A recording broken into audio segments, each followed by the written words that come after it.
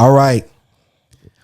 We write our story. What's up, Keegan? What's happening, bro? Tap, what's going on, my guy? What up, fellas? Tap, we got you in here for the first time, my guy. Hey. Yeah. I had to get you here, man. Is this my inaugural? Yes, My absolutely. debut? Is this my debut? This is You definitely. interviewed here before. We I interviewed have. you before. I was on the other side. Yeah. But now you're a regular now. Okay. Yeah. How you feel about that, my boy? I feel blessed. Highly blessed. Highly favored. Come on now. Positioned to prosper. And you got that Premier Grooming Lounge. Y'all Amen. tap in. 2 locations Listen, in a school. we're going to talk a little bit today, Gotta but talk that talk. we a fucking flex. I love it. That's a flex. I like it. But man, listen, we write our story, Keegan. This is the chance for the podcast for us to, really come together and have a conversation and really speak our heart and really talk to the people about whose lives we want to inspire and change. And we got a special guest today, Mr. Roderick Byers. How you doing today, my guy? I'm good. Man, we Glad to be here. Man, we really gon' tap into your story soon. But man, I want to kind of go here for a second, man, because I have a little testimony. It's not large, but I want to do something here. So on Sunday, me and my children, we went to eat at a restaurant, and we eating, having a good time. So as a wife does, my kids leave their they leave their toys on the table. So we get all the way to the car, and my wife, like I said, my wife does, tells me to go back and get it. That's about right. That's about right. Yeah. So I go back and get it, and I guess I'm going there, and I lose my wallet. So I try to get the toys, and I sit my wallet down. Don't know it at the time. At the time, I don't know it. So I go home, and I say, I'm watching the game, whatever I'm doing at home, and I get ready to go somewhere. So I didn't realize I lost my wallet. I was like, oh man, I lost my wallet. So I didn't have my wallet, and I called the place, and they found it for me. So that's what happened. So I went there, and I'm getting in my car, and I'm driving. So I'm driving up the road, and I look behind me, and I hear go whoop whoop. Oh. So keep in mind, I don't have my wallet at all. No driver's license. I don't. Now, he pulled me over for a legit, let's keep this in mind. He pulled me over for a legit stop. It was legit. The infraction was legit. So I'm thinking to myself, I'm getting pulled over, and my heart is on the ground because 1, I don't have my license. 2, I have a loaded gun sitting in the seat. Oh my God. And I'm black, and I had on chains. It's spicy. I was all the way, It's spicy. And you had a chain on? and I had a chain Couldn't on. tuck in? Listen, everything was happening so fast. So honestly, I was sitting there, and I was scared. I was really scared. I'm not going to even act like I wasn't. I was scared. I wasn't like, oh, I'm about to die today. It was just the fear of the unknown. Will the fact that all of these coincidences or reasons that, that I'm in this position, will that affect how he views me when he walks to the car? Because we've seen story happen time after time after time after time. So he comes to the car, to make a long story short. His name was Deputy Officer Twigger. That's his name. And he came to the car, and I'm like, man, I'm telling him my story. I'm like, man, he probably think I'm capping. Cause he's saying, yeah. As I'm talking, he just like saying, yeah. So he goes to the car, and I'm like, bro, this is about to be trouble. So 15 minutes later, I tell him everything. I get back. He comes back. I'm like, bro, I don't know what this man about to say to me. He looks at me and says, sir, here you go. This is just a warning. I believe you. Go get it fixed. It's fine. It's no worries, no big deal, man. Take that stress off your day. For me, that didn't change every preconceived notion I had about cops. Yeah. But it was a starting point for me personally. I could testify to that. And I appreciate him understanding, doing what the police mantra is: protect and serve. If I'm going to criticize the police on camera and talk about police brutality, I have to talk about what Deputy Twigger did for me. No question. Yeah. Because I was caught dead to rights. It looked bad. It looked like he had a layup. This was a layup for him. I fit every description that they look for. My story didn't match up. It looked funny. It looked fishy. Yeah. Everything was in alignment for it to happen. Here's the point of that. We have to start healing at the same frequency as a nation. What I mean by that is black folk, white folk, we all need to, when somebody has a win, even against our own preconceived notion, celebrate that. Amen. The whole system is still the system. Amen. But what he did for me that day, Keegan, man, I tell you, man, that was character showed on his part. That knocked down a lot of walls that I had. Now, am I going to go into every? I'm going to be wise. I'm not going to go into every interaction with the cops. And say like everybody's the same. I still have a healthy fear because things did happen. But I can testify that there is a story of progress. What do you think about that, Keegan, when you hear something like that? Well, not only progress, I can tell you, because I got two brothers in my life, homeboys that I kind of grew up with, who are both law enforcement officers that we might even have on the show in the future. And not every cop is a bad cop. I'm looking at the camera. It says not every cop is a bad cop. Some of us who are of our skin color, who wear that badge, are good folk. Some white guys are good folk. So definitely you can't paint them with a broad brush. Come on. But I would say, to your point, the entire apparatus is corrupt and broken. The entire apparatus. That's good. Law enforcement, to the legal side with DAs, to the judicial side with judges, to the penal system with the prisons. It's a broken system. But to your point, you have those individuals who step up and do it the right way. Absolutely. Every time again, we had guys that we actually met with, absolutely, cops who were doing it the right way. So we had to make sure we call that out in the problem. So not only progress, it's actually going on right now. We just get inundated with George Floyd's, the Dante Wrights, that happen. That's just shouldn't be happening. That's the problem that we have. Yeah. Tap, do you think that? How should we view how should we view police officers from a healthy perspective, not just from what happened? How do we start manifesting the way we view police officers? Because listen, it is a broken system, but it's not unfixable. And what I mean by that is that there's people that execute systems. There's people that do that. Now, I'm not an advocate for police. I'm not advocating for anything. Let me make that clear, because I agree it is definitely a broken system. You advocate for good cops. Yes. You advocate for good cops. I got those who just uphold the mantra. Yeah. See, I'm not asking for anything that's out of the ordinary. Yeah, I'm exactly. asking you, like when you do your job, Tap, if you start doing anything other than cutting my hair, what are we talking about here? Yeah. Right. I'm asking you to protect and serve. You tell me this, and I said it on the last podcast.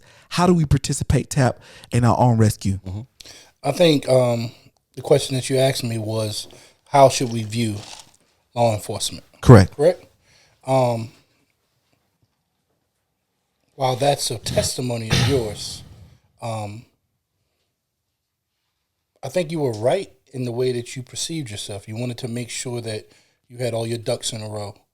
You wanted to make, because you don't know. You don't know. For so many people, like, that's a good testimony. The fact that you had to use that as a testimony, it says something about our country. It does. That has to be a testimony. Yeah, absolutely. The other side of That's the tracks, that's not a testimony. That's how it's supposed to be. Look, I don't have my wallet with me, but all my information is straight. I'm legit. But for you to go into a situation saying, because I don't have it on me, is he going to believe my situation? Because you have a gold chain on. You know what I mean? Come on. Because you don't have your wallet. Because you're black. Come on. I think that you approached it the right way. I think we got some growing to do as a country. And I think that it's good for the good cops to hear your testimony of what happened to you. But, you know, just like I agree with Keegan, it's a corrupt system. Mm-hmm. And until that system has some changes to it, you know, definitely myself as well as my kids, I'm going to teach my kids to get home. Yeah. to get home, not to have an argument with the officer, Facts. not to say, I know my rights and all of this. Yeah, you probably do. But that's not the time and place. Yep. At night on a dark road, you going back and forth with this officer about what he can and cannot do. Yeah. Roderick, do you think the system will ever favor us, or whatever, just not even favor us, just treat us with the equal respect that we deserve? Will there ever be a point in our lifetime that we can get to that we can see that happen? Honestly, I don't know. I can't sit here and say yes.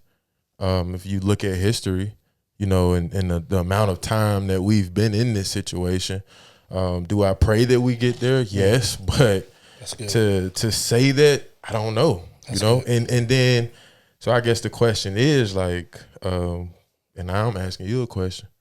That's okay too. That's good. That's rare. It's rare. So I know a lot of people, and I'm just, we having a real conversation. Absolutely. So I know a lot of people that I've encountered, that I've talked to about that, young men. I mentor men older than me, Gotcha. younger than me. Mm-hmm. So I talk to men a lot, and this is one of the conversations, that we had. And I was just talking about it, and, basically what you said, that the objective should be to get home. Gotcha. And I had some guys say, man, I'm fed up, I'm tired, I'm this and that, and I'm not dealing with that, I'm not putting up with that. And then I had others, and this is my question. So I had others who said, I believe in God, I trust in God that He's going to protect me. How do you feel about that? When people say, That's loaded. That's a lack of faith, or you don't believe. Don't you believe that God is going to protect you in those situations? So does my faith help me in that, or what does faith look like in that? Because I think that needs to be discussed too, where, somebody might say, oh, well, faith in that situation is I'm going to talk to him and I'm going to tell him who I am. But is that faith? Is that? Well, I think that's pride. When you know the right thing to do to preserve your life and you don't do it, that's pride. Because watch this, you have children at home, or you may have a wife or a husband at home. Mm-hmm. You have to do what's in the best interest. Now, you can still fight it. There's a thing called the judicial system. Yep. You can fight it. This is why we're doing what we're doing to band us together so we can have the economic structure if we do have situations like that. Mm-hmm. And I think that faith is sometimes not doing nothing. It's having the faith to understand, God, help me to get home. Give me the faith to believe that this officer won't see me as a threat.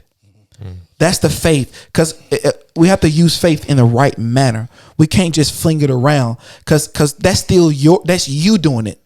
That's you doing it. That's not God. You're doing it. So you need God to be faith for you. You need God to step in. Faith is the substance of things hoped for and the evidence of things not seen. To me, Steve, I want to just jump in here. Come on. Because we got to be really careful with that statement of having faith. Because that faith statement has been used during slavery too. On. Right. Just, be a good slave. Obey your masters. You see what I'm saying? Yeah. Believe by and by that we're going to get through, that we're going to persevere. And I hate to play the race card, but why do black people always have to deal with that? We had to deal with that during slavery. Now we have to deal with that with police brutality. Just even in society, we're always having to deal with, that's our answer for everything. Just let faith handle it, right? Absolutely. Go ahead. Because Tappy made a great point earlier. But faith is sometimes a noun. Mm-hmm. It's also a verb. Come on. You had to provide some action with it as well. The one thing Steve did not that, Keegan. The one thing that Steve did not do was, why you pull me over? Mm-hmm. What's this about? Mm-hmm. See, he didn't get out of character. He was scared, which he should have been. I'm like, he should have been scared because of what our history shows. Excuse me. But he didn't get out of character. He explained the situation.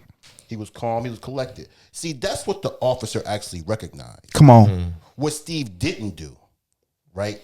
That's what he actually went by. Because you could have been, out your character, Correct. that could have went south. Why you pull me over? What's this about? Yada yada yada.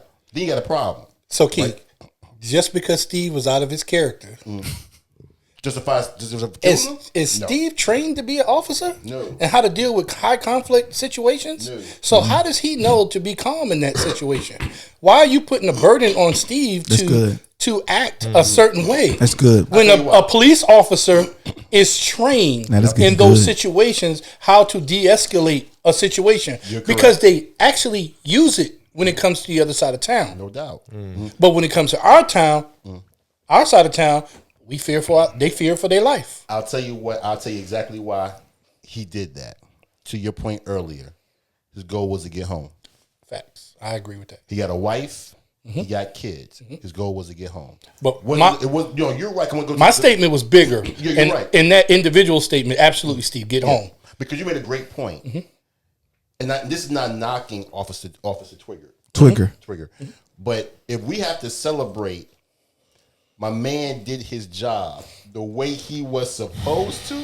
That's a testimony. That is the problem with the system. That was your point earlier, right? Right. So I'm with you all day long. So we have to, I hate to say it, this is what Nate Parker was teaching his son in the movie American Skin.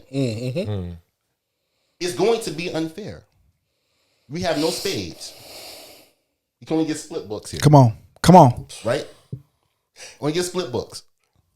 That's heavy. That statement is heavy right there. Zach, get the fucking split books. Get the split books. You got to make that queen walk across that board. Make the queen walk Brother, across. do you know how hard that is to play that game with no spades? I know. That's why you got a partner. Y'all talking. Listen, I say this though. These points now, we got to work together. How can we build funds for legal defense? Come on. Get home so I can help my man with money to go into court and fight it. That's good. Come on. Right? Because that's where you win. Oh, yeah. That dark road with that cop who got ulterior motive in his mind, you're not going to win that battle. Right. Come on. No matter who you are, you ain't got no S on your chest, no cape on your back, and you don't wear tights. Skinny jeans, maybe. No tights. No tights. Right. So get home so we can come together and help each other in that legal battle when it comes to funding. Because that's the issue that we have a problem with is we can't fight the legal system because we don't have the money to do so. And more of us, we need to become cops. That's good. Hell yeah. That's the answer. Yes, sir. Because you have people who are not from the neighborhoods policing that neighborhood. Yes, sir. That's good. That's a fact. There's a fear factor. That's a fact.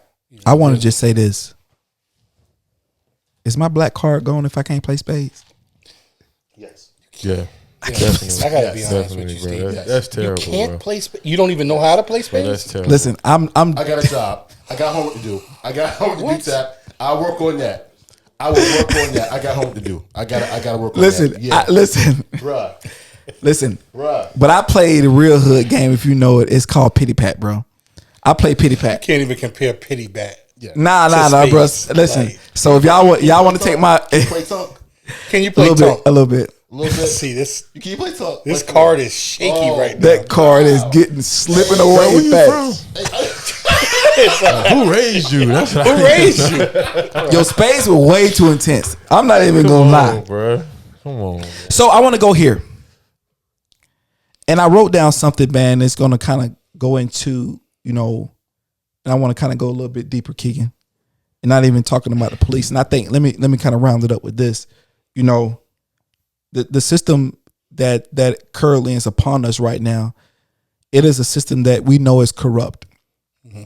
We understand the frailties of the system. We understand what the system has done to us, the disdain that we have for it, and how many lives is claimed because we were black. Let's be clear about that. But we are the change we want to see. Facts. Just because it was not our fault that all this happened, it is our responsibility as God's people to make it change. Facts. By any means necessary. So it's our responsibility. Doesn't matter what they do. Yeah, here's the tough conversation now. Lives were lost and sacrificed for the betterment. Yeah. That don't mean you stop fighting. to make the system better. We know it's broken. So let's get the police in. Let's talk to the police. We have to go into that boardroom. We can't never have a conversation where take them over there. No, the police are a part of our society. White people are a part of our society. Everything that happened to us, it happened to us. But they're here. And we got to figure out how to live with them. And we're here. And the reason why I wanted to say that is because from a spiritual perspective, I want to say this. It would be not wise, because here's what's happening with black people right now. You remember when, I think it was Joshua generation, when the guys went to look over into the promised land, and they like, it's giants in the promised land. It's giants in the promised. They were scared. Keegan, Tap, Roderick. It would not be wise to enter our promised land with unhealed trauma. It would not be wise to enter our promised land with unhealed trauma, because you're going to blow up your own spot. You're going to kill yourself from within. There has to be forgiving going on. There has to be a release of all of that, all of those things that happened to you. Move that forward.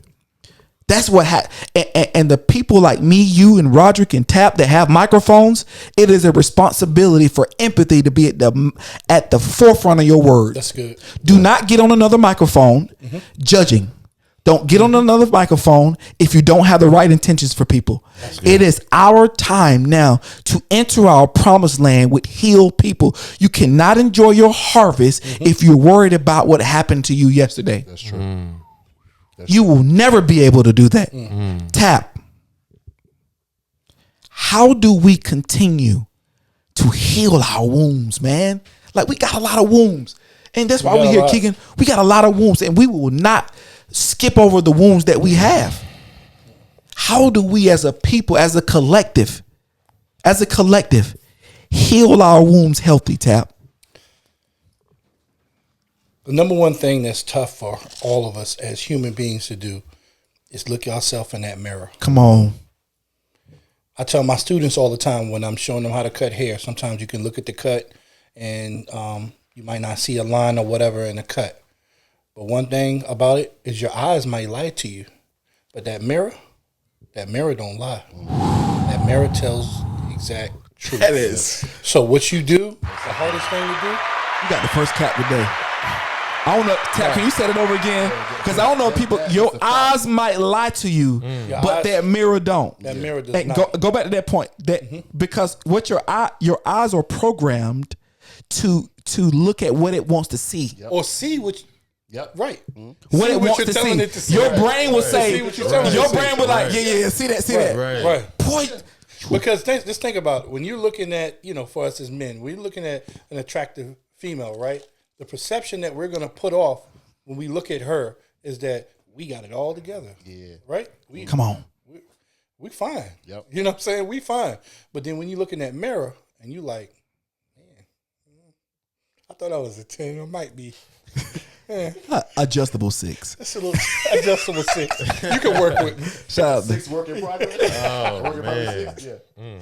Nah, but that's real, man. That mirror is one of the hardest things to look at, because it's all honesty, and you got to be honest with yourself, because you can lie to other people.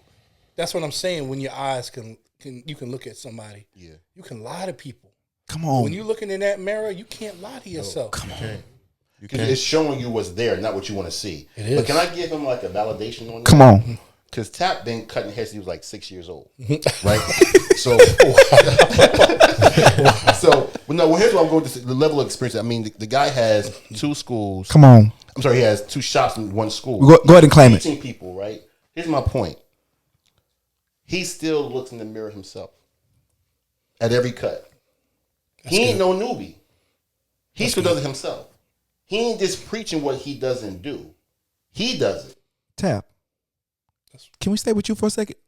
Yeah. I'm gonna go with you just for one more second, man, because we're gonna get into the story. But listen, Tap, how does the work stay first? How does the you just I want to get this man his flowers. Like, you got listen. While he's here. This man is, I've seen him go from a worker to an absolute boss. But guess what never wavered? In all caps. Guess what frequency stayed the same? The work ethic. That's true. The process. The faith. You have to be relentless in your process. How do you keep that? That's a good question. I think it's really tough for someone to follow you if you're not being that example. If you're not showing them. There was a saying that people used to say, put your money where your mouth is. Come on. So if you're not putting your money where your mouth is, if you're not doing the work, the things that you're telling someone else to do, it's hard for someone to believe you. You know what I'm saying? It's hard for someone to follow you. But when they see it, they have no choice but to understand, okay, this is exactly what it takes. Yeah.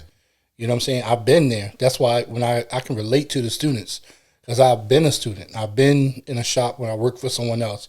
I've been part of making it happen for someone else. And I understand if you can be an asset to someone else. So when you open up your own thing, those are the type of people that's going to flock to you. Mm-hmm. So, and I really believe that. Especially when I work for someone else, I wanted to be that person to be successful. I wanted that person. I wasn't going to be no hindrance. I wasn't going to talk and sow seeds of discord there. Come on. Not at all. Not at all. He did. I was going to support your dream and I was going to push it and I was going to listen. If I'm part of your team, I'm part of your team. And that's the same thing, I expect for people on my team. No question. Roderick. Yo. This is a tough one right here. We talk about comparing a lot. And can we talk real? Yeah. That's what we're here for. Let's go. Yeah. Let's be honest. Go back to something you already said, but you can do both too. Okay. And I want you can answer both. How do you clap for somebody when you're not even at the place you want to be? How do you continue? Listen, it's giving a clap one time is cool, but when you see them do it over and you ain't nowhere near where you want to be, you got that phone and you scrolling. You want to talk real? You want to talk fake? That's and you're looking at that phone. That's good. Something inside that belly go in. It's called jealousy. Mm-hmm. I've been jealous. Envy. I've been jealous. I've been envious. What's that quote? I've covered it. Oh yeah, let's keep it. If we're gonna talk for real, I've been all of those things. Let's go there. Oh yeah, I've been real. all of those things. I looked That's at it wasn't. I tried to justify why I was jealous. I tried to justify it and make excuses for it, but I was just jealous. Right. That's plain and simple. How do we continue to clap for people when we're not in the place that God has called us to be? When we're not in the place, so you mean like if I'm out of position? If I'm out of position, how do I continue to clap? Because see, sometimes that's the reason why it's hard for them to clap. And not even say you're in position. How do you continue to clap knowing that you haven't reached your destination? Let me rephrase that. So, me personally, I think you really just have to understand and believe God for yourself, like for your own situation. Come on. Because how I knew that I really believed was when I could celebrate people who was getting everything that I wanted. And I could be happy for them. I was genuinely happy for them. I was genuinely happy for them because I knew that I was going to get mine. I knew that it probably wouldn't look how theirs looked. Now, was that about them? Yeah. Yes. Yes, it was about them. I'm looking at it and I'm seeing them. Absolutely. And I'm like, sometimes I felt like my faithfulness should have put me above. Because I want to compare. Now I want to compare who's more faithful. Now I want to compare like, God, well, I've been doing this. I see them doing that over there. How are they getting theirs before me? And so I really had to come to a space where I just had to remove all that because that's what happened to me. When so I'm gonna tell you, I'm gonna get a little bit into my story. So at Clemson, the very guys that I was praying for, the guys who was coming to me, Rod, I want to give up. I'm speaking life into them. Come on. I'm praying for them. Come on. They all got drafted. Come on. I was at home. I was homeless. I was broke, no money. Hit them up. Yo, change their number. Don't hit me back. So they hit you with that? Bro. They hit you with the number. Oh, God. Bro. Man. The very people that I stood in the gap for, I had to watch them get everything that I wanted. That is a recipe for disaster normally. Yeah. Shh. Listen. Boy, I will that is tell a you, tough pill to swallow. It is. I'm gonna be honest, that's a tough pill to swallow. It is tough, Rod, but I can tell you that was his purpose for you at that Absolutely. moment. Oh yeah. Absolutely, Oh yeah. it was. That was his purpose yeah. for you at that moment. Do you know what the biggest detriment to purpose is? Time. You see, God doesn't live in time. God lives outside of time. Outside of time. God created the end from the beginning. God is standing at the end saying, bro, come on now. Don't do that. But we want things at our time. See, faith is realizing that things may not happen at your time. No question. It may take years. You may not have that baby. You may not get that promotion. You may not get that bag. You may not get married. You may not get none of that stuff at the time that you set out. That's why your plans, Keegan, that's why your own righteousness is like a filthy rag. Just have faith, celebrate others, win, Keegan. Listen, why is it so hard for us to live in our process? Because we want the end result. And the quote that you gave us, comparison's the thief of joy. Come on. Right? So when you scrolling on the phone, or when you looking on the TV, or when you see your man's getting up and getting drafted and you're not, you're comparing. Right. So it's hard for you to actually enjoy the inventory that he's giving you already. Come on. Because you focusing on what everybody else got, but that was his purpose for your life. And I would say the process is difficult because when you're laboring for what you want, it's tough. Yeah.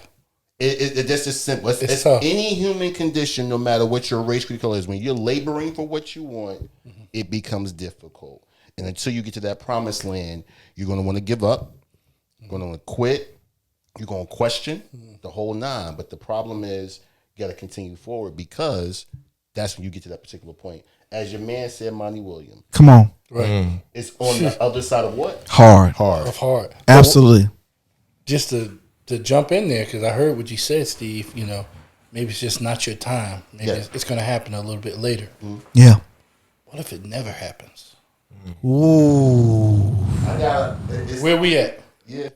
See, Where we at with our faith? and I think the thing that you plan in your life may not ever happen. It may not never happen. See, but God got something better. That's good. And that's the key. That's good. That's the key. That part. What people end up doing is settling on better when best is available Yes. in the presence of God. But hold on. Yes. Go ahead. We got to define what's best. Because when you get outside the world, We talking now. the question is, what is salvation? Come on. Absolutely. So do you want to build, you want to really focus on a little house you can have here or your mansion? Right? What you focused on? You want to live outside of time? Or you want to focus on in time? In time. Right? What you want to really focus on. So that's why faith is so important, because when you understand what he has waiting for you as his child, this world, this life, outside of missing your loved ones, don't I hear matter. so many people talk about, by this age in life, I want to have this done. By this age in life, I want to Yep. have this done. I want to have the kids here. I want to have the house here and all of that. What if it doesn't happen? What if it doesn't happen? What if it doesn't happen? What if it doesn't happen until you're 45, Yep. 50. 50? Or to your point, Tap, never. What's that phrase old people say? Want to make God laugh? Tell me your plans. Tell me plans. your plans. Absolutely. That might not be his plan for you. Maybe he just wants you to serve in a particular low end capacity that you will call low end to get his particular gospel moved. That's where faith becomes a challenge, because it's not about your life no more. It's about his plan. But as long as you understand what your salvation looks like. And that's why you hear people, Come and on, you see Tam. people within, ministry and within, the God world, that say, they get that almost delayed. You hear the scripture that says, having life and life more abundantly. Yeah. Right? Come on. What is abundance? Yeah. What does that mean? Does that mean things? No. I think abundance is the peace of God, the joy. Exactly. See, it is the phrase, I said it, love where you are. And where you are will love you back. Love where you are, and where you are will love you back. That's good. And you won't need things. You won't need this. Will you stop working for your desires? God will give you the desires of your heart. Stay in the present. What does that look like? Do the work. Do what you say you're going to do. Keep your integrity. Focus on what you got going on. It's simple. Is it hard? Yes. It's not complicated. Tap. Go ahead. Can I give you a little bit more scripture on Come on, keep going. Yeah. Because we use the scripture a little bit out of context. We always say in Corinthians when Paul talks about, I can do all things through Christ, Jesus who strengthens me, right? Come on. They forget about the first part of that particular Is that Philippians? Right. Philippians 4:13. You're right. First part of that scripture, he talks about, I've had a lot, and I've had not a lot. That's good. He's talking about, I can do either having a lot, or I cannot have anything, but I can do all things, right? So his point was, That's good. it doesn't One more matter. time. One more time. Bring It that doesn't Say matter. that again, Bring that Keegan. back. I need to hear Because that one more because time. Keegan, you just said a I need word, to hear bro. that, man. Say that again, bro. I need to hear that. I need to hear that. So he talks That about, blessed me right I can there. do all things through Christ Jesus who strengthens me. That's the scripture. Even the storm. Yeah. But even so, remember, Paul had a thorn in his side. His entire life. He had a thorn in his side, right? So his point was, whether I was in jail, writing letters, Yeah. or I was out doing ministry work, I can do it all. I can have a lot and do it all as a good steward, or I can have nothing.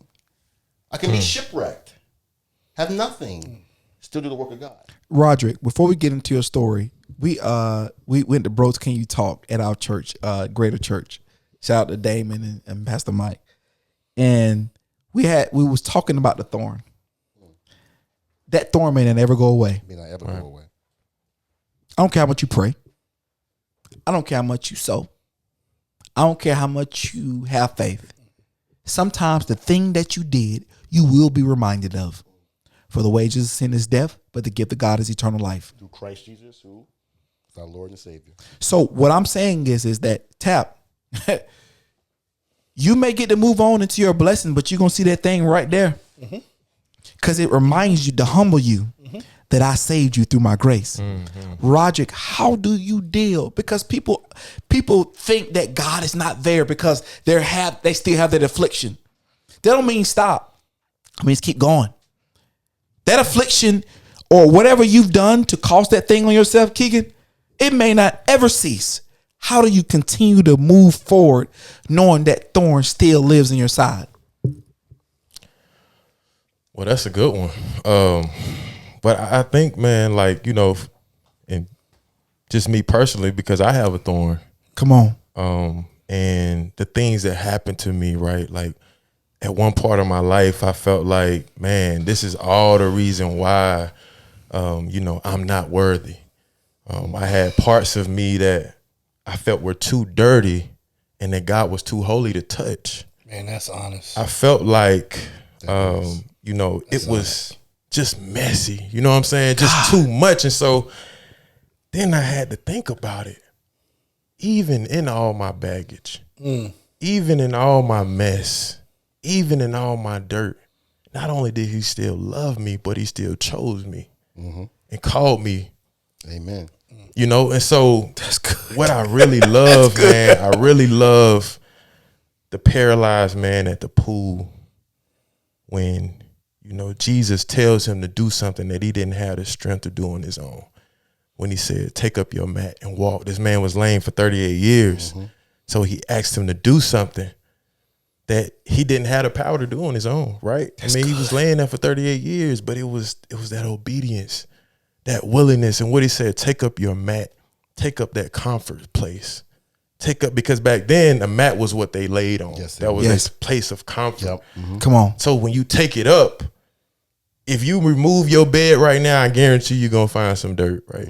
If you remove a mat, you're going to find some dirt. So in spite of that dirt, in spite of it, in spite of your comfort place, whatever it was that was holding you back, whatever it was that you felt made you unworthy, take it up and walk. Keep going. Walk in your purpose. Walk in your wholeness. walk in your deliverance. Come on. Every reason that you thought disqualified you, God still loved you and still called you. So now I look at my situation, I'm like, all this stuff, Wow.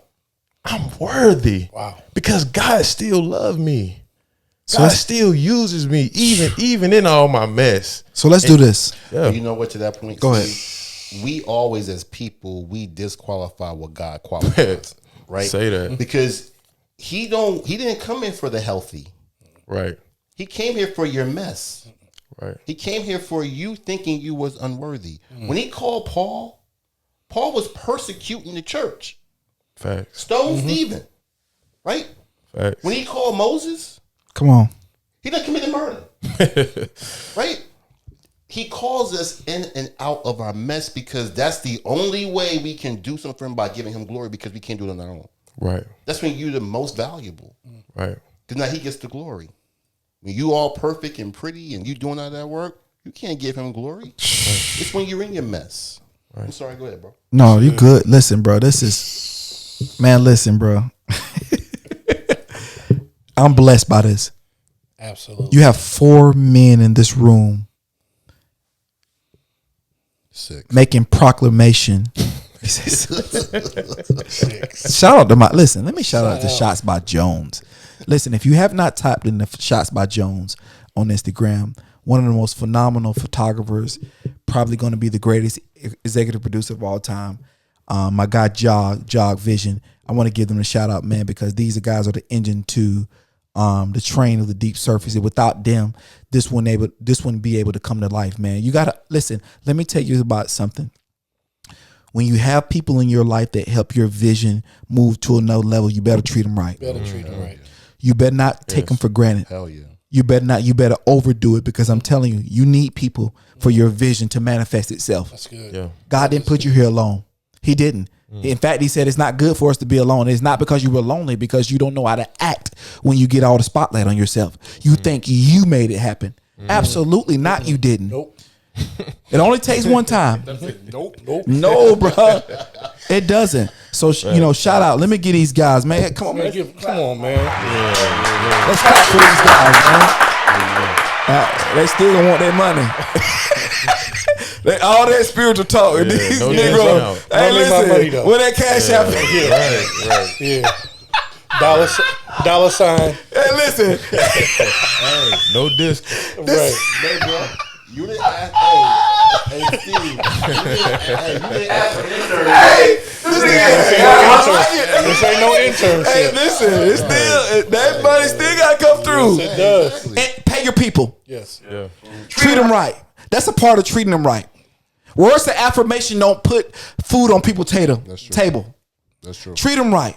Do the best you can by people. And that's for a lot of business owners. It ain't about you. You need infrastructure to build. Yeah. Absolutely. Tap, you didn't build your barbershop without Absolutely infrastructure. not. Absolutely You not. need it. You need your people that's in that building. Absolutely need it. Keegan, Every you last need your people in that building. Hell yeah.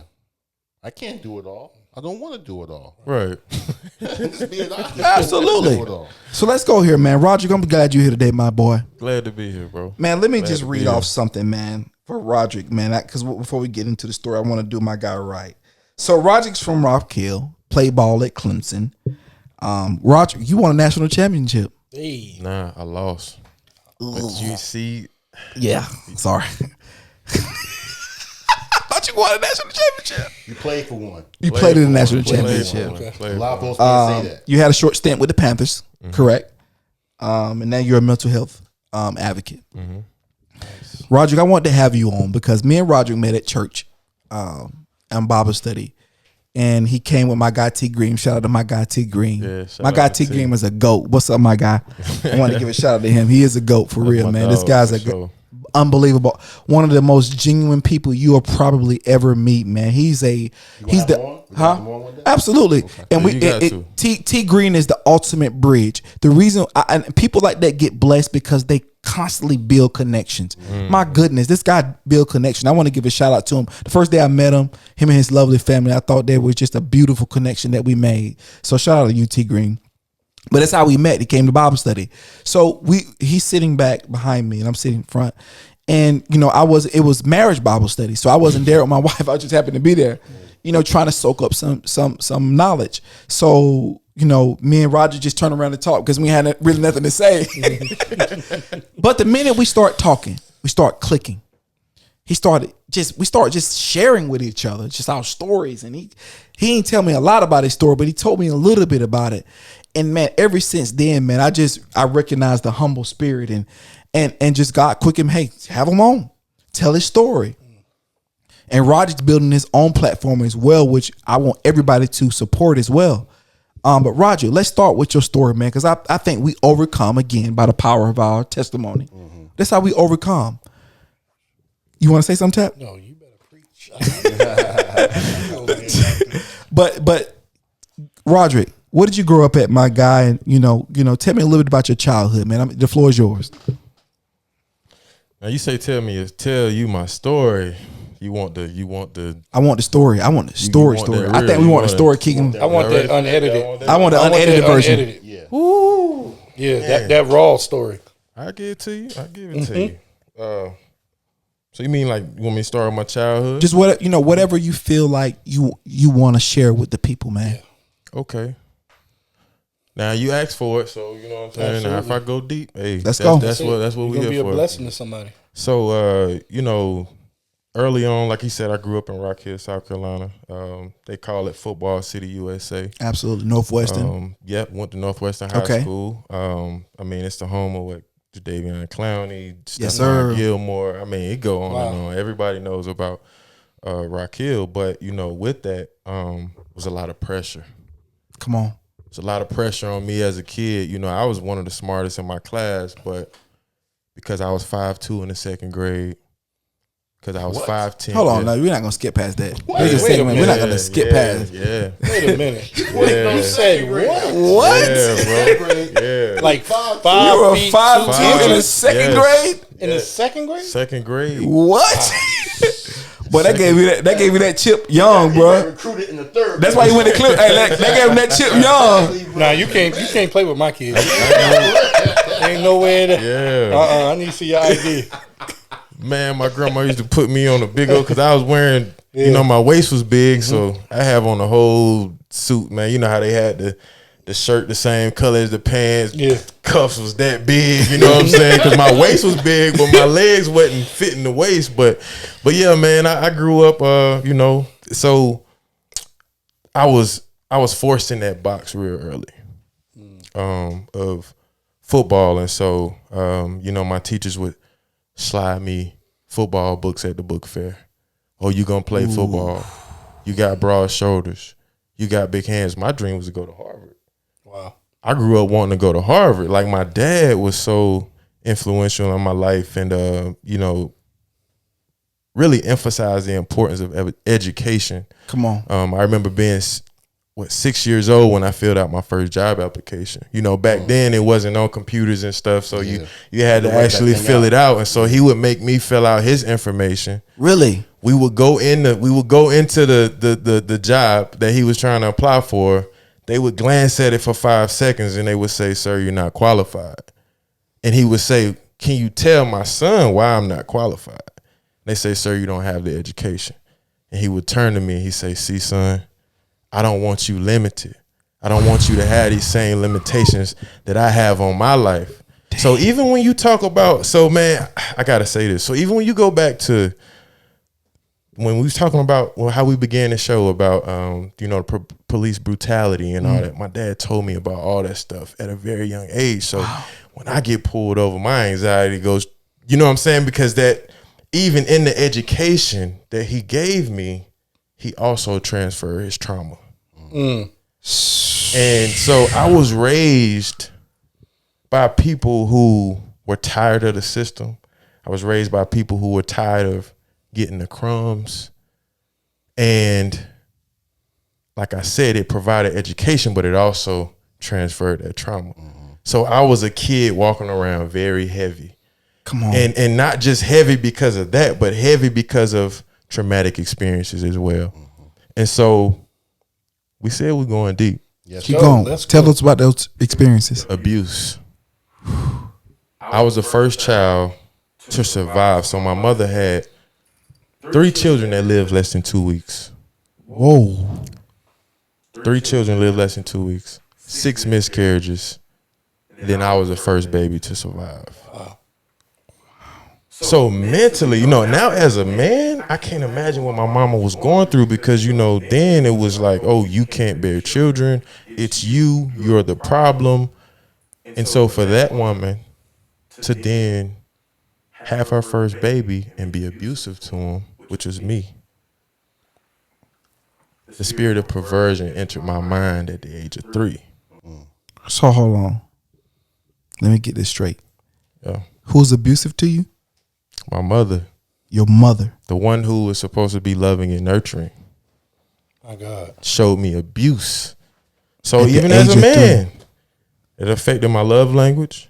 It affected how I view my perception of love. Absolutely. How I loved myself. Yeah. So even at the people think that kids don't go through things. You're too young to understand. I was 3 years old. I said, battling with the spirit of perversion. Perversion is not. We all think, oh, we hear perverted, we think sex. Perversion is anything that's not natural. Natural. Say it again. One more time. Perversion is what? Perversion is Speak- anything that's not natural. So my mind wasn't in a natural state at the age of 3 because of something that happened to me by a family member. I'm going to talk about it in my book to tell exactly what it is. So I went through that too, and the abuse. And so at 3 years old, I compared myself. I look in the mirror. That's why I say it was a spirit. I look in the mirror and I didn't like my head. I didn't like how I looked. I wanted to change. At 3 years old, I remember this. God just revealed this to me a few weeks ago, that spirit came from that abuse at the age of 3. And many people who go through things, they might say, I wasn't affected by that. I was. And we try to say, oh, well, it affected me this way, or it would have came that way if something happened to me. But there's been a battle for decades within me of who I really am. Knowing and understanding myself, knowing my power, knowing who God called me to be. That's what the enemy was after, because he know. Whenever I know and truly believe who I am, it's over with. How did It's over with. how did the trauma or the abuse, what actions did it create? At what you mean, like my childhood? Just in your childhood, how did you start to see the abuse manifest itself? Well, see, this is the thing. I had an understanding of it at a very young age. Now, let me say this. My mother loves me. Of course. My mother would give her life for me. And at a young age now, I was young. I started recognizing patterns within my uncles talking, my mother talking, my family. We used to get together and talk. And they would always say, your mother would fight. Something happened, fight. Everything. So I'm like, dang, that's the only way she responded. That was her response to her trauma. Mm-hmm. And so I, at a young age, knew, I didn't understand why she was beating me, but I knew she loved me, but I just couldn't understand that part of it. But she told me, I said, Mom, when did you stop? She said, you were 5 or 6 years old, and you came to me and you told me, you said, whatever you keep doing to me, I'm going to do this to my children. And at that moment, she said she stopped and went to God. And so even in, bro, that gave me chills when she told me that I said that at that very young age. At 5? Bro. At 5, bro. 5 or 6 in that space. But I don't even know if I answered your question. But that was a spirit man. Yeah. Yeah. That wasn't most Roderick. definitely. That was a Most spirit man. Right. That was a spirit man. most definitely. Yeah. This is heavy. And so that's what you asked for. This I did because that's this is good. because people I are need this. really. You don't know how dark somebody's closet is. No Absolutely. question. You don't know who people who's sitting behind a computer right now watching this, thinking they're the only. Imagine at 3 years old feeling that. Imagine a child being subjected to the very thing that we were sought to protect them from, abuse. And it's the person that actually brought you into the world. Imagine how triggering that is. You know, the dads, you know, they kind of got there's an expectation for, if a dad abused a child, like, nobody, people will be shocked, but they wouldn't be like, it kind of expected behavior from primitive men. But from a mother, a nurturer, a person that's, a female tiger or lion, they protect, lioness protect their unto death. Bro. My wife will protect I told my wife this. I said, listen, I ain't worried about dying, because I know there's one thing. You gonna protect them children. Yes, sir.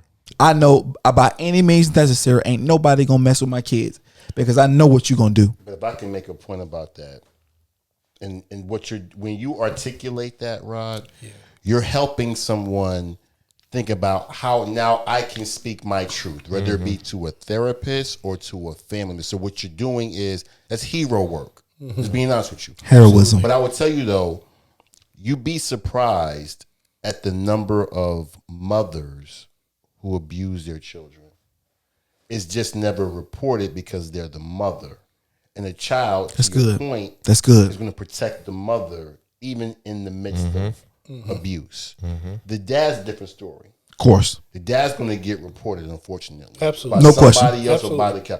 But the mother, you'd be surprised at how many mothers actually abuse. And this is not a knock on mothers by no means, but abuse is not gender specific. No. And you'd be surprised at how many mothers get to. But I am interested, Rod, in. I don't want to fast forward. No, go ahead. But I do want to understand, how have you dealt with the trauma? Because it doesn't go away. Right. It does not go anywhere. It's there. How have you dealt with the trauma? How have you helped? How have you managed it to where you don't replicate it, and how you keep your own emotions intact because of it? You speaking from the trauma from the abuse? Yes, abuse and anything else. But how have you addressed it? Because you are a mental health advocate. So you also know you got to serve other people who are going through something. Right. Who's serving you. Right. So the question is, how are you handling that trauma? Well, I had to talk about it. That's good. I definitely had to go get help for it. And I had to forgive in my heart. And that was, one of the most difficult things for me to do, because, Pastor Mike talked about it, last week, I think. What's his name? Mephibosheth? Is it Mephibosheth? How, he was lame. He was paralyzed because he was dropped.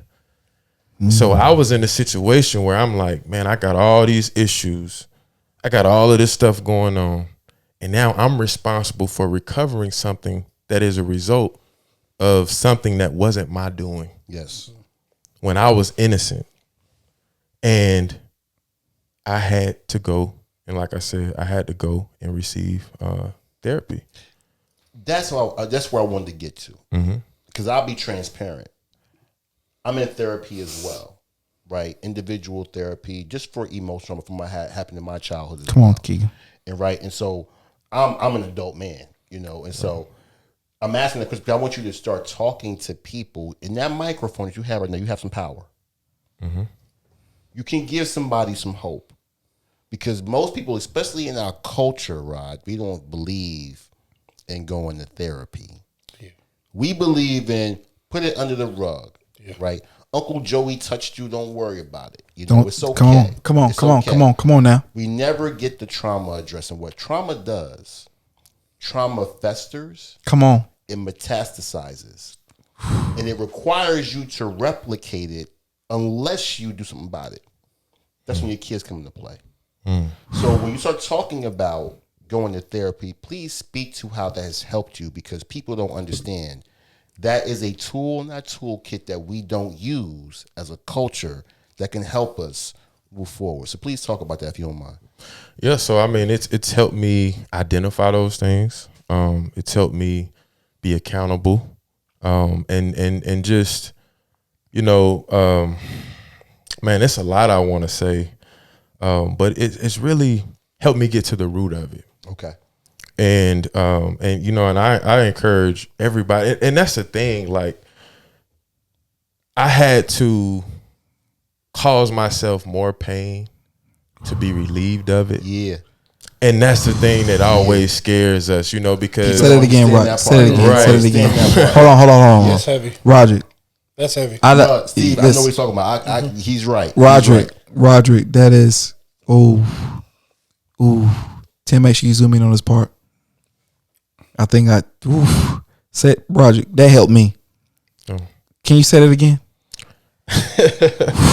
I had to cause myself more pain to be relieved of it. Do you know why? Because the pain he got initially was from a third party or a second party, someone else. And because it was who it was, it's hard to actually address it because of who it was. He caused it on himself so he can feel it for himself, so he can relieve himself. He had control. Yes. Before he didn't have control. Yes. He had to control it. Trust me, bro. I walked in those shoes. When you do it, you control it. Keegan. It's called self-discovery, and you create your own diagnosis through help through a third party. Right. You build your own solution because you have control now. Listen, my goodness. So you grow up, you start playing football. How'd you get into that? Tell us about your football story a little bit. Okay. So football is the thing that gave me what I didn't receive, and that was the love. That's good. And because as a kid, right, when we're children, the way that we think, the way that we view God, is all basically how our parents view it, and we adopt it. At least I did, and so I also adopted. Well, I love myself based on how I felt my mother loved me. That's good. And so football kind of gave me something that provided me validation. Like when you go to these games, right? You see the children looking in the stands after every play. Yeah. They want validation. They want mom and daddy. So that's really what brought me, because I used to hear my uncles. That's good. I hear my uncles, they would all talk about what guy was going to the league, what guy was doing that. I'm like, and I want them to talk about me like that. You know what I'm saying? So I want them to talk about me. I want them to love me. I want them to be proud of me. And because I wasn't getting the hugs and the kisses, I wasn't getting those things. So the acknowledgement of being a decent football player, it kind of filled that void. So I was trying to fill voids early on, which led me to the field. I was trash when I first played, though. Like, I was just big, just out there, didn't understand, man. Like, I could run, you know what I'm saying? But, bro, I ain't know what I was doing. Couldn't get off a block. Yeah, bro. Like that big, just standing out there. But that's what happened, man. And, so I became good at it. And, man, high school was hell, though, bro. Like, I ain't even gonna lie to you. Like, I went through those same things. So as I went, so this is the interesting part, because each level that I went to, they mirrored my trauma. Ooh, talk about that a little bit. Situations mirrored my trauma. So, in my mind, I'm already very critical of myself. Okay. Because I felt like, anything, I'm going to make my mom mad. I'm going to make, you know what I'm saying? So it was all trying to be good enough. I always had that battle of, am I good enough? Like, do you think I'm good enough? And so, in high school, I didn't have that sweet story of, the coaches, like putting you on, supporting you, encouraging you. My coach didn't tell me good job until probably my senior year, when I had to get my offers on my own. I had to create my own highlight tapes. I had to, I turned $20 into hundreds of thousands of dollars, from my scholarships, because we didn't have a whole lot at this time. So I went and got my film. I got some Sharpies. I got some blank DVDs. Downloaded a trial version of a some type of software. Chopped me up a highlight tape and sent it out to schools. And I started getting offers. And so And you ended up at Clemson. I ended up at Clemson. I was actually committed to Oregon. Really? So this was the Ducks? year. Yeah. So this was the year they had just got beat down by Auburn. Oh, I remember that. Yeah. So they came down south because Nick Fairley was wrecking them. He went number 2, right? Yeah. He was killing them. Man, so they what? came down south wanting to get some down south, country boys, some big boys to put on the line because they ain't had that in Oregon. And so, I was actually committed to them. And then I decided that, okay, I'm gonna go to Clemson. Gotcha. Yeah. Now you want me to get into what part of the football story? Because it's know what I'm saying? Like it's some ways we can go.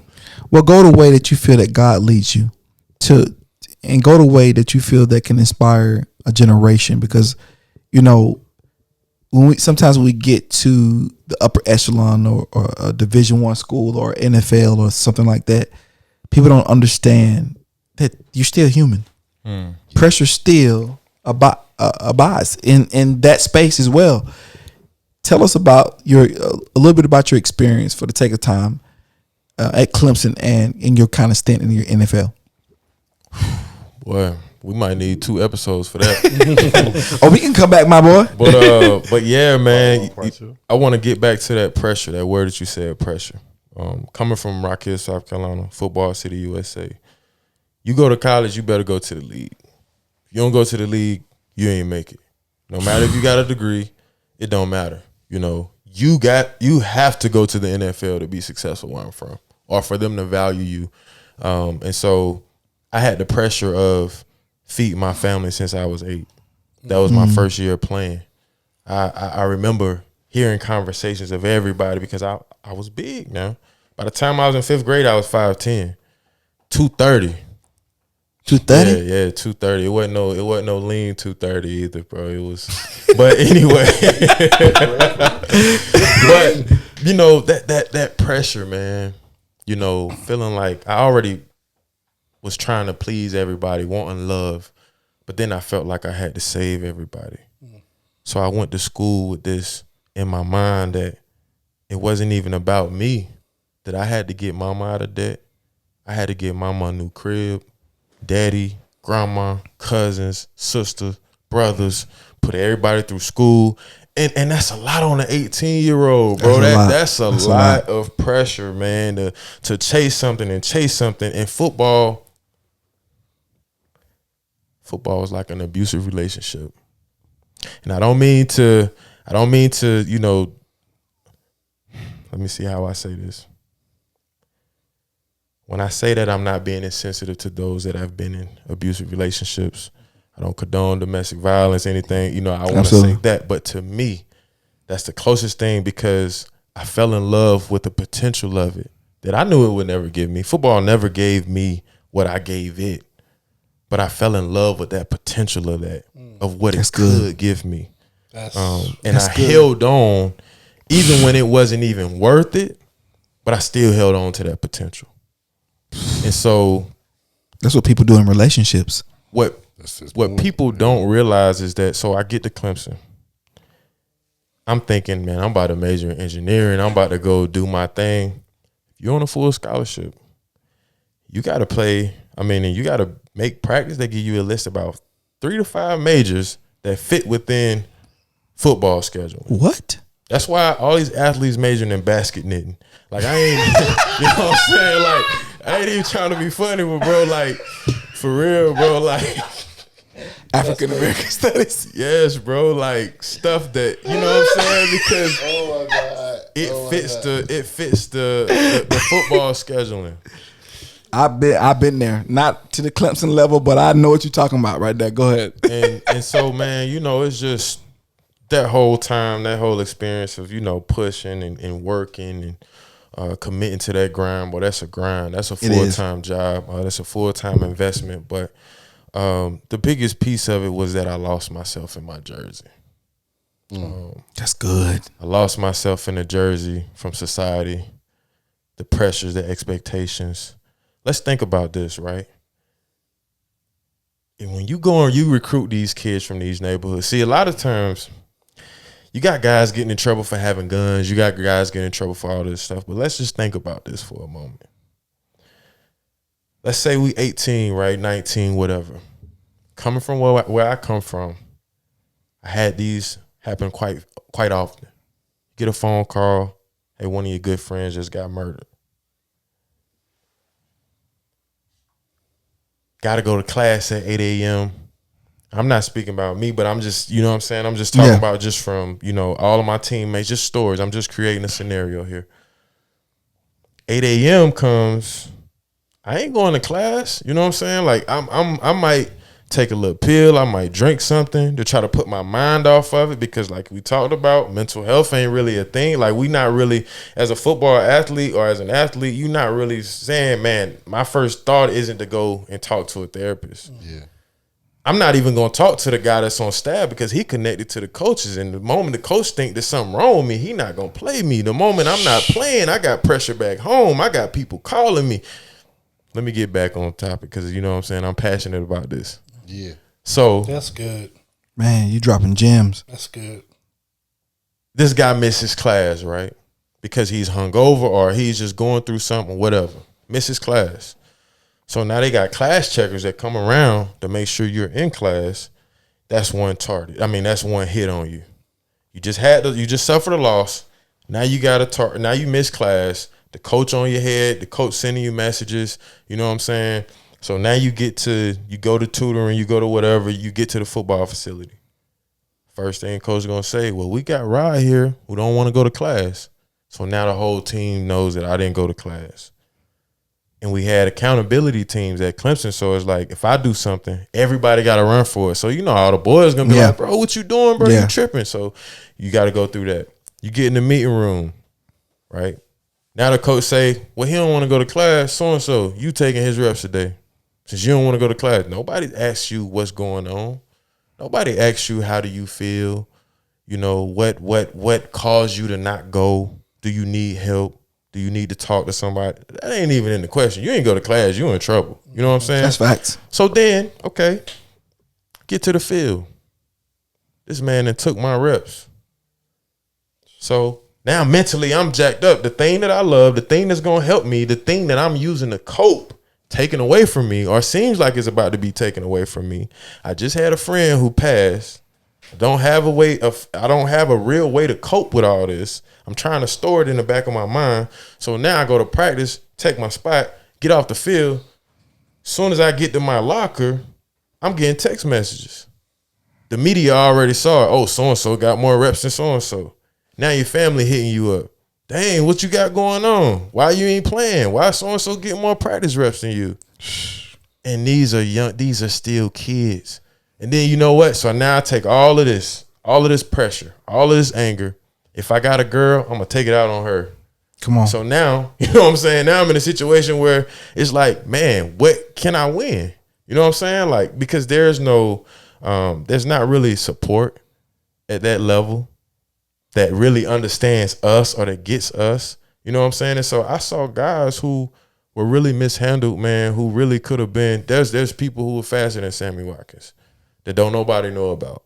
Faster than, you know what I'm saying, the fastest guy, the most talented guy that I played with, played his freshman year, and that was it. Nobody knew about him because he was, I think both of his parents were in prison, and he smoked weed since he was like, I think he said in the 5th grade with his grandma to cope, and then all of a sudden you go here and they tell you, oh, you got to stop with no help, with no resources, no investment. So it's like, what do I do? My goodness. You know what I'm saying? So just and I just wanted to paint that picture, man, just so people could understand, like, you got real life stuff, but you still required to perform. Like most people, you can call out sick if you don't feel like working. You can't call out sick on no game day if you suffered a loss or you suffered something going on, you know what I'm saying? But then it's like, dang, this really the only way that I cope. So a lot of coaches, they look at performance as a way to tell where a person or a player is mentally, and there's not a correlation between that. Yeah. No. Right. Sometimes I might play better because that's my only way of coping. Yeah. And I think that's also why you see guys in the league who end up, doing all of these things, is because this just continued to build and build and build and build, and then when football is taken away, the one thing that they've used to cope, you know what I'm saying, they kind of just lose it. And so I'm all off somewhere else, but somebody need to hear that. No, you good. So you got to so you had a pretty decent career, obviously. You go to the Panthers. You get, is it undrafted or you were drafted? Undrafted. Tell me a little bit about that before we go. So I actually didn't have a great career. I did, as far as what I had to overcome. Come on. I came in with, I don't want to talk about my injuries. I want to go here. So I'm 21. I'm 21 when I realized what happened to me as a kid. I'm this macho man. I'm this big guy. I'm a 310-pound D tackle on Clemson's team. I'm having my best off season. I'm throwing up my biggest weight. And when my mind, I can't even tell you what it was, but when I realized, man, wait a minute. That happened to me. Wait. That happened to me by a family member that I trusted. My innocence was taken at 3. I was messed up in my mind, bro. It really, all that momentum that I had, it took me right back to that space, right back to that little boy. So guess what I do? I go to a coach. I'm not going to say his name. I go to a coach. I say, Coach, I'm jacked up. Like, I break down crying. This is my first time being vulnerable. You know, like, that's the thing. Like, with men sometimes. Come on. And I tell women, it's like, you might not know when his moment is that he's opening up to you. And if you shut it down, you know what I'm saying? It might not be no return. That could damage him for life. It can damage him forever. So I finally, man, I don't know. I finally let it go. And I go to the coach. I say, look, coach, I tell him what happened. He says, oh, man, it happened to you at 3. Don't worry about that. You're a handsome young man. You got it all figured out. You're playing. You're having your best season. You're gonna play this year. You're having your best off season. Man, just focus. You know, you're doing a great job. Do what you're doing. I looked at him like he was crazy. Like, bro, I'm in tears here. My mind is bad. I'm suicidal. I'm jacked up. I wanted to drive off the bridge on the way to the school. You know what I'm saying? On the way to the office. And so I say, Coach, I gotta go home. I can't do this. I cannot focus on football right now. So I go home. Didn't get the help that I needed at home either. Because they began to question me, question what I liked, question my sexuality. Really? And that crushed me. Oh my. and the coach told me that I had to choose. He said, either you gonna go home and lose all this momentum, so you're not gonna play, or you're gonna go home and get help. So now the very thing that I love, the thing that I was there for, the thing that was supposed to save my family, the thing that I value myself in, now I gotta decide between that and getting help. I go home to get help, don't receive the help. I come back. I told coach, I say, look, don't tell the guys, don't tell other coaches. So they didn't tell. And what happened was the guys was like, oh, bro, you skipped out on us. I went home for a summer session. Oh, bro, you skipped out on us. Bro, you ain't tough enough. Bro, you ain't, you know what I'm saying? Like, you ain't want to put in. Like, we out here grinding. We out here working. Every D lineman I played with played in the league. You know what I'm saying? So, bro, you don't want it. You don't want it, this and that. And the crazy thing about it is I said, you're right. I said, you're right. I'm weak. I'm soft because I wanted to go and get help. I'm soft because I chose my mental health over my career. Come on. I'm weak, and I really believe that because the coaches all said and the coach said, listen, you deserve to play. I should play you, but I'm not gonna play you because you went home. You ain't put in the work. So can you imagine what that did to my mind, bro? So I went through stuff like that at Clemson. I'm about to speed it up. Went through stuff like that at Clemson. Didn't play, should have played, but I still believed in me. I still knew the ability that I had. I knew the talent that I had. The Panthers saw me at Pro Day. From there, they invited me to their Pro Day.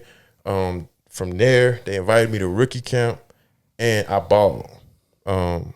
And so this is how I know, like, I was really like that. I just was in a bad situation.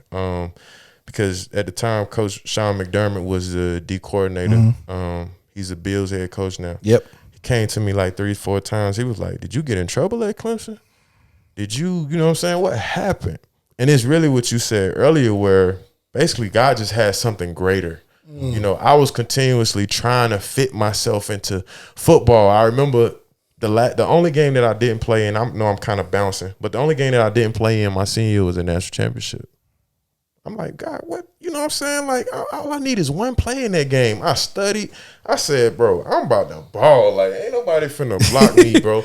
I get in here, I'm finna lift Derrick Henry. You know what I'm saying? Like, he gonna have to feel me. Because I know if I knock him out, right there. hey, Yeah, you get a shot. Yeah. Right. If I better come with it. You know what I'm saying? But if I knock him out, I'm on the radar.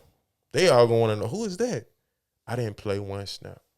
And I remember crying and I'm like, God, like, why? You know what I'm saying? How could you do this to me?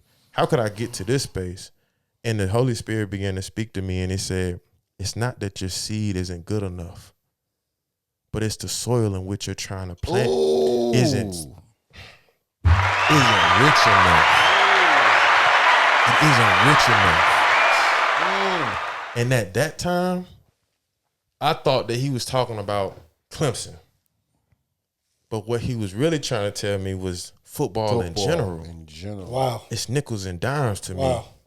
It's not big enough for me. NFL meant, and I saw it in the spirit, it said, never follow limits. That was limits. It was too limited. God was bigger than that. But at this time, I'm conditioned to my condition. And I can only see football. I can't see anything greater than that. So I had to go through it. I say, you know what? I'm going to still go. I'm going to still press. And I did. But guess what happened? I balled out in rookie camp. They had a first-round D tackle. And, you know, a lot of the other guys, you know, you had some vets trying out during that time. They was like, bro, you better than dude, bro. Like, dang, bro, like, why you ain't play at Clemson? You know what I'm saying? Like, you really better than him. You had a better rookie camp. And the coach told me that. He was like, you know, you had a better rookie camp, but we're not going to invest in the undrafted guy. Nobody knows you. We already got 9 D tackles on the roster. If we sign you, it's going to make it look like we made a mistake on our first round draft pick. That's facts. That's how the We're league not works. going to sign you right now. But if somebody gets hurt, be ready. So I get impatient. I'm always getting in the way. You know what I'm saying? I'm impatient. I say, you know what? I'm about to leave. I'm going to Canada. So I go up there. And this is how I know that I wasn't just trash. And I think that's what gives me peace. You know what I'm saying? Because I still get, you know what I mean? I know I could ball, but I was up there about to try out. The tryout got canceled, rescheduled to the next day.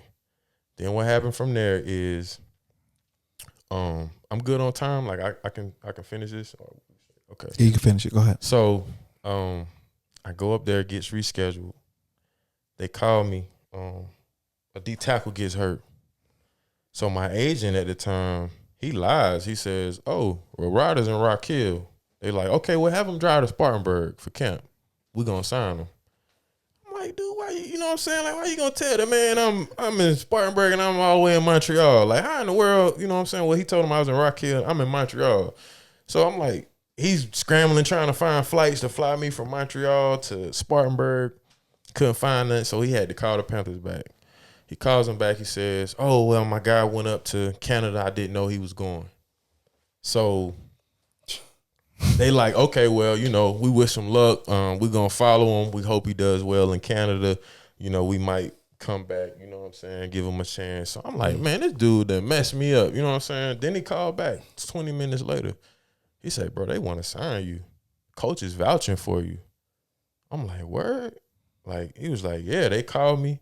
He was like, hey, Rod, we got a flight for you 5 o'clock in the morning. We're going to fly you from Montreal all the way to Spartanburg. Who does that for an undrafted guy? Yeah. You know what I'm saying? Like, Wow. Yeah. they went, they did, they stopped me from going to Canada. At least God did it. You know what I'm saying? But I'm going to tell you, it's going to come full circle. So I get to camp and, you know, well, first the Delta systems were down.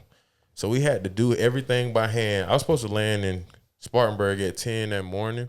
I didn't get there till like 5 o'clock because I was on 2 small planes. They had to hand do everything. It was delay after delay after delay. I finally get in and I'm right into the camp grind. Like I passed my physical, signed my contract. Coach Rivera comes in. He says, you're going to play 30 snaps. We had a walkthrough on that next day, walk through with like shells, and then we travel, and then we play. So I ain't had no real practice, you know what I'm saying? I had to be ready. So he was like, I hope you're ready. I'm like, yeah, I'm ready. You know, so the day, so we go through walk through real quick, you know what I'm saying? I get in my stance, I come out, I feel a pain shoot down my body. I'm like, you know what I'm saying? I don't know what that is, but you know what I mean? I'm good. I'm gonna go get me an aspirin. Went and got me some aspirins, whatever. Woke up the next day where I'm just a little light practice. Couldn't even walk. Wow. Couldn't walk. Well, I couldn't run for sure. So I go into the hot tub. Cam is in there. Thomas Davis, Mike Tober. They in there chilling. They like, bro, you from Rock Hill? Like, we know about Rock Hill. Like, we know we ain't never had a guy from the Rock. We're going to see what you can do. Man, I tried to get in that hot tub to loosen my body up. I couldn't. Wow. Next thing you know, bro, I go in there. You know what I'm saying? They like, we need you to be available. They tried to say, you know, that I had a precondition that I didn't have. I passed my physical. I signed my deal. You know what I'm saying? I got hurt in the walkthrough. My agent told me to sign the paper. I don't even know what I was signing. He was like, yeah, they going to bring you back, this and that. They released me, bro. Took me home. Didn't get a settlement check. Didn't get nothing. So now I'm back at home, and I walk in the after everything that I've been through now, my whole career, from high school, coaches saying I wasn't gonna never make it, wasn't gonna never be nothing, to college, not playing like I should have, finally get to the league, believe in God, you know what I'm saying? That's what he would have for me, and it all gets taken away in 2 days. So now I'm back at home, and I walk in those doors, bro. I walk in them doors, and you could hear a pin drop. I got my bags. My mom and my sister I look to the left. Bro, eyes was bloodshot. No sound. I dropped to my knees. Like I say, I'm like 3'10". I dropped to my knees and I cried like a baby, bro. The people in the other apartment probably could hear me screaming. You know what I'm saying? Because I felt like I fumbled. I felt like I dropped the ball. I felt like all of this pressure, and I was on my favorite team. I was in my own space, and now I got to come back to sleep on the floor in a 2-bedroom. Felt like I wasn't worthy, man. I was in bondage to my jersey. Felt like I had no value anymore. I walked around, and the interesting thing about it is when the news got out that I had signed with the Panthers, I was already back home, bro. So I had to literally look at where it says Roderick Byers signs with the Panthers to see comment after comment. Bro, I knew you was going to make it. Bro, I knew you was going to get it. And I'm back home, bro. I'm already released. I don't respond to nobody because I'm so embarrassed and so ashamed. My mother is so angry because we've been faithful. We've been praying for this now. This is what we believe God for since I was 13. This is what they were prophesying, that I was going to make it. They didn't tell me that I was going to make it for 2 days. Shit. They didn't tell me that it was going to be 2 days. You prophesying to me all this time. You telling me, every preacher, bro, I want to stop going to church. Stop telling me I'm going to the league, bro. That's a word. Stop telling me I'm going to the league. And the prophecy, when it manifested, when it happened, it lasted 2 days. Oh, my. Bro. That's why I said we're going to need 2 shows, bro. Listen. Bro. It wasn't a lie. Keegan, listen. I know we got to wrap up in a second. Bro, listen. 2 days, bro. I Listen. broke down on my knees, bro. I almost just cried just now having to relive that. I was over here about to cry. If I keep going, I had some in my eye over here. Gosh, I know we got to listen. We winning over here. That guy we Dizzle, man. Jeez. This is why you don't covet the result, and you enjoy the process. Steve, sometimes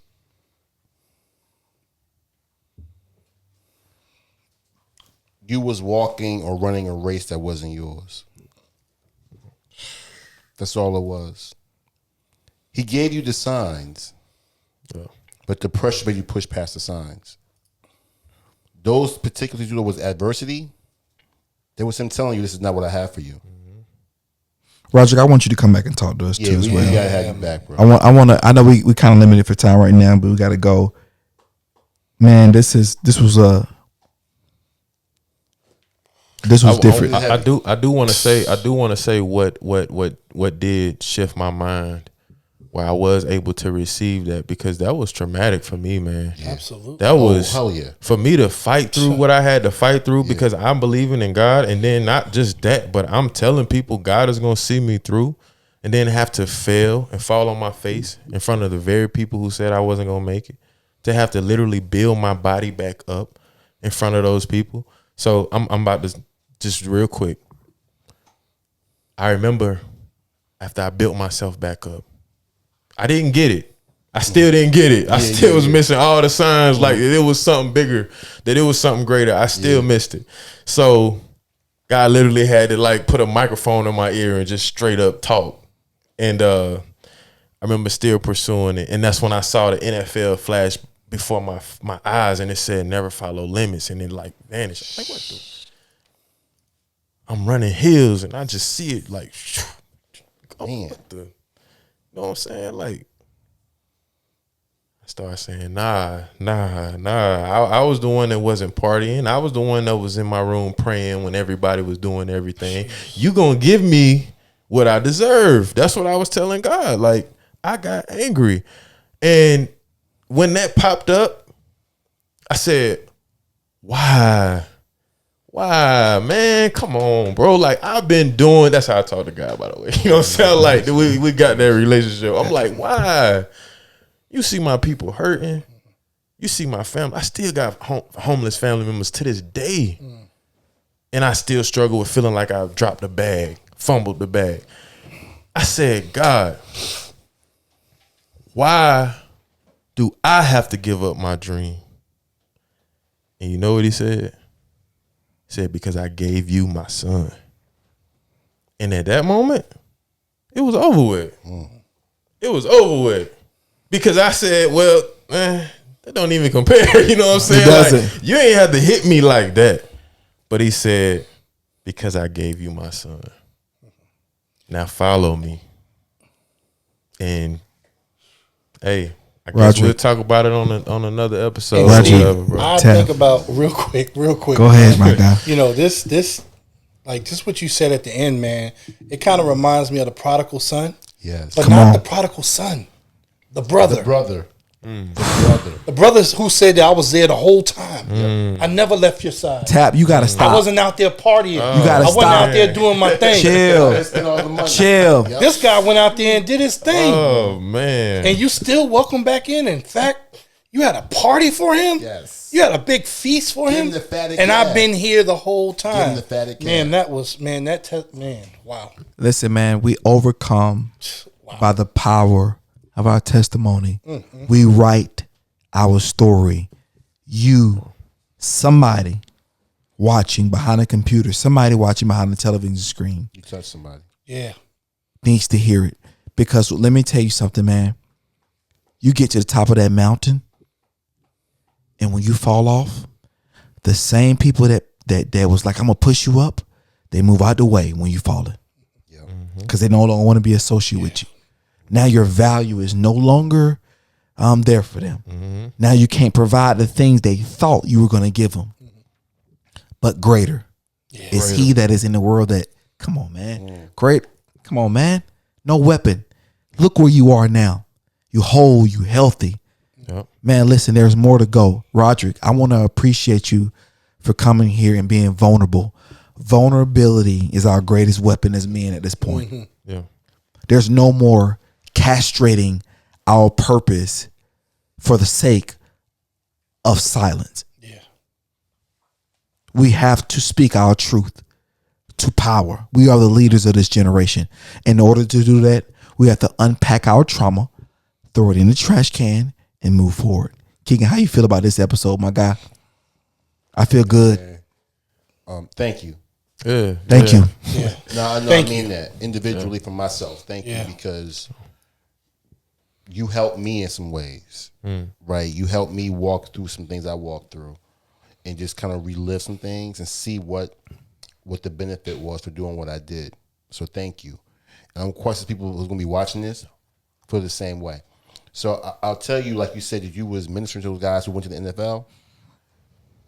Your work is being done in ways that can't be seen by people, but seen by him. Yeah. Just know that. Yeah. You know that, because there's one person that I can testify for myself right now. That's true. Just know that. And find listen, peace in that. And listen, guys. You guys, thank you for tuning in to this episode of We Write Our Story, which is an epic episode. And this episode is brought to you by Premier Grooming Lounge Amen. and K. Gerard. Amen. And we want to thank everybody, and you guys tune into the Deep Surface on Instagram, tune into the Deep Surface Pod on YouTube and Facebook, and we're going to continue to bring you this level of content. Conversations change the world. Thank you, guys. Have a good night.